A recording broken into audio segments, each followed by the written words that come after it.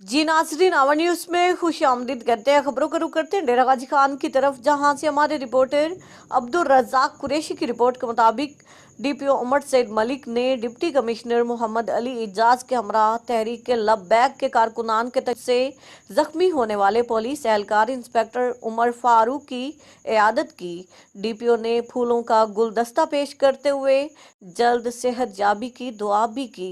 गुज़श्ता रोज तहरीक लब्बैक के कारकुनान के तशद्दुद से बामकाम गाजी घाट पुल पर उमर फारूक शदीद जख्मी हो गए थे, जिसे फौरन बराए इलाज मुआवजा हस्पताल पहुंचाया गया, जो कि अब बेहतर हैं और अपने घर शिफ्ट हो गए हैं।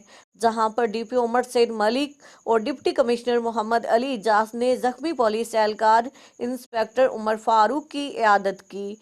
फूलों का गुलदस्ता पेश करते हुए उनकी जल्द सेहत याबी के लिए दुआ की और जख्मी एहलकार के लवाहिकीन से मिलकर तसल्ली दी और मुकम्मल तामुन का यकीन दिलाया है।